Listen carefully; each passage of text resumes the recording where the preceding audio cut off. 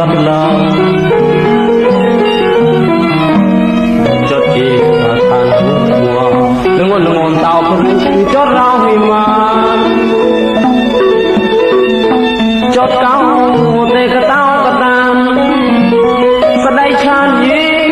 khuyên nó tìm ya cao trong lòng bay lòng được quan cái đua đá sai ya mình lên ngọn cao nhà cái đây chăm cho mỗi ngọn cao thiên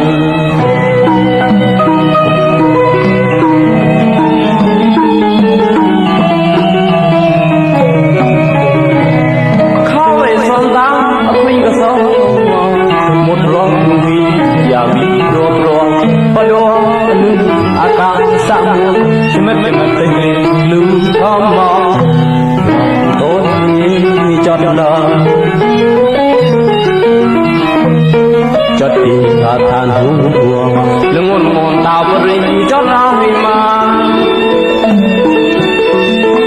chót cao tê cái tao cái ta sa đây chan gì khuyên nó thấy à cao thấy cao bay lòng được quan cho đua đá sai à mình tên ta lên mong cao thì sa đây chan cho mỗi mong cao luôn thiêng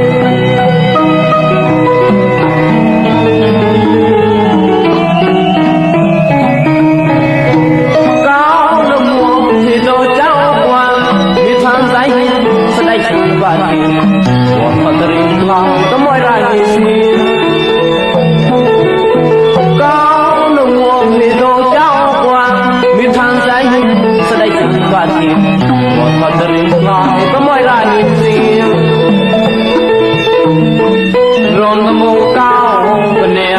láng đi cho cây và cao nè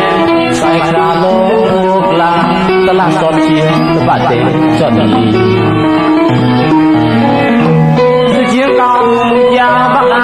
mẹ đứa này gai cáo cho cả nhà cáo cái linh cháu đang đừng lên mong có đuôi bay lòng đường qua